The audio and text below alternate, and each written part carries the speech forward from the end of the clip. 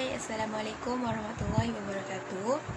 Saya Nur Sakinah binti Osman, bekas pelajar SMK SAJS dan telah mengambil CJ Pelajaran Malaysia bagi tahun 2020. Saya juga telah mendapat keputusan 8A dan juga 1C. Ribuan terima kasih diucapkan kepada semua guru-guru yang terlibat dalam mengajar saya dan juga rakan-rakan daripada tingkatan 1 hingga tingkatan 5. Okey. Seterusnya, tujuan saya pada hari ini adalah untuk berkongsi tentang beberapa tips belajar yang selalu saya amalkan waktu saya sekolah dulu. Okey, yang pertama, saya suka belajar secara individu. Kebaikan belajar individu ni sebenarnya saya tak stres dengan persekitaran. Contohnya macam bila by group, kadang-kadang ada yang suka bersembang, ada yang cakapnya kuat.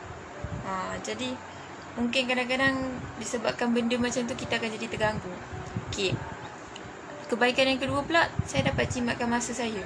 Sebab bila kita faham benda tu seorang-seorang, macam mana? Bila kita faham benda tu, kita baca seorang-seorang, dia macam tak buang masa tau. Tapi kalau kita dengan group, kita dengan kawan-kawan yang lain, contohnya ada 4 orang, 3 orang, kita terpaksa dengar banyak pendapat untuk satu subjek ataupun satu topik tu. Okey. Sebab tu saya pilih untuk belajar sendiri. Saya tak suka belajar kumpulan. Tapi saya memang ada, saya memang tak nafikan belajar kumpulan ni pun ada bagusnya. Contoh macam kalau kita betul-betul tak faham, baru kita akan ajak by group, ataupun kawan-kawan kita tak faham, kita akan tolong diorang juga. Macam tu. Tapi kalau kata memang topik tu senang, kita tak perlu pun sampai nak ramai-ramai. Jadi seorang-seorang rasanya lebih baik. Okey, lepas tu yang kedua, tips yang kedua adalah masa untuk belajar. Okey. Masa untuk belajar ni semua orang ada masa dia sendiri. Sebab daripada darjah 1 sampailah sekarang, kita mesti ada waktu belajar kita sendiri kan. Cuma mungkin kadang-kadang dah bertukar, kadang-kadang waktu kita free je kita belajar, macam tu. Jadi kalau ikutkan waktu belajar yang selalu saya guna, waktu petang, lepas balik sekolah tu kan. Okay, pukul 3.30 sampai asar. Lepas tu waktu lepas isyak sampai pukul 10.30. Saya ikut jadual macam tu sebab saya dah terbiasa dekat asrama. Dekat asrama memang dah ditetapkan waktu prepnya macam tu. Jadi tak boleh nak ubah. Jadi saya dah terbiasa daripada saya form 1 sampai form 5. Memang tu je waktu saya belajar. Tapi kalau waktu cuti, saya tambah dengan waktu pagi. Waktu pagi macam pukul 8, 9, 10 macam tu. Lepas tu saya rehat.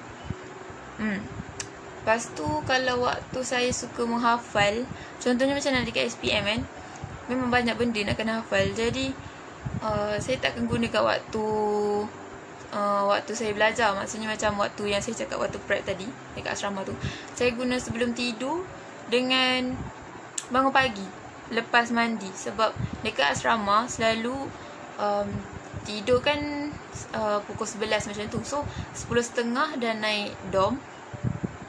Jadi ambil wuduk apa semua, baring.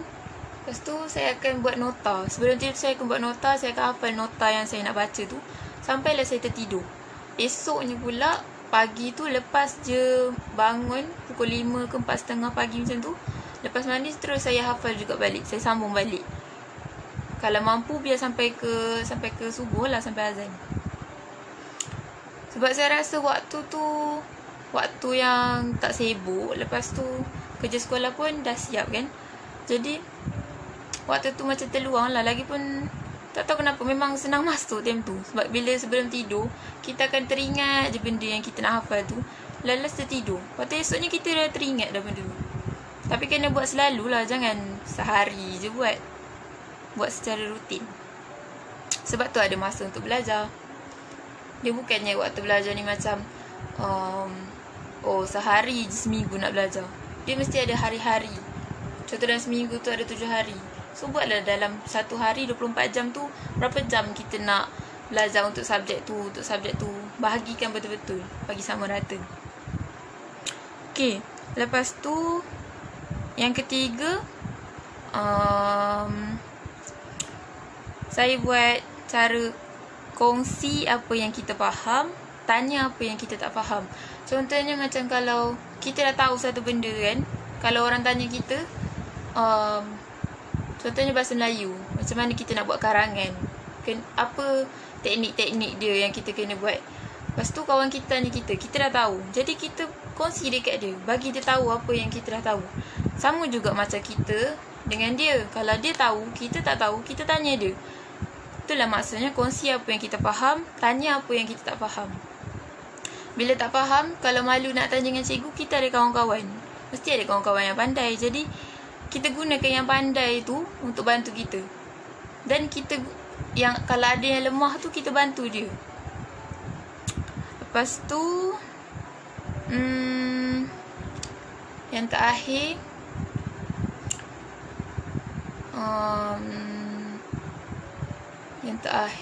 rasanya rajinkan buat solat sunat, buat benda-benda yang boleh mendekatkan diri kita dekat Tuhan. Bukannya waktu kita perlu je, sebenarnya hari-hari. Kalau kita ada waktu lapang, kita tak busy, kita buat solat sunat. Banyak waktu, ada waktu duha, solatlah sunat duha. Kalau contoh Sabtu Ahad cuti, buatlah dekat rumah kan. Dekat asrama lagi seronok lah, sebab waktu dia pun teratur kan. Jadi waktu terluang tu, time tu lah kita boleh buat apa yang patut. Baca Quran ramai-ramai. Lepas tu, kalau contoh bangun pagi kan, kat asrama selalunya memang akan bangun pagi. Kalau yang paling lewat lah pukul 5.30. So waktu kita lepas mandi tu mesti ada dalam setengah jam ke sejam sebelum subuh. Time tu pun kita boleh buat solat sunat juga. Kat sini sebenarnya bukannya nak tekan pasal solat sunat, cuma apa yang kita nak dekat Tuhan. Jadi apa yang kita nak, kalau kita nak berjaya, kita minta dekat dia, kita sujud dekat dia, kita berdoa banyak-banyak. Sebab apa yang kita dapat sekarang, semuanya daripada dia. Jadi usaha kena ada, doa pun kena ada. Lepas kita berusaha, baru kita tawakal. Okay, yang terakhir, saya ucapkan selamat maju jaya. Good luck untuk SPM 2021. Bye.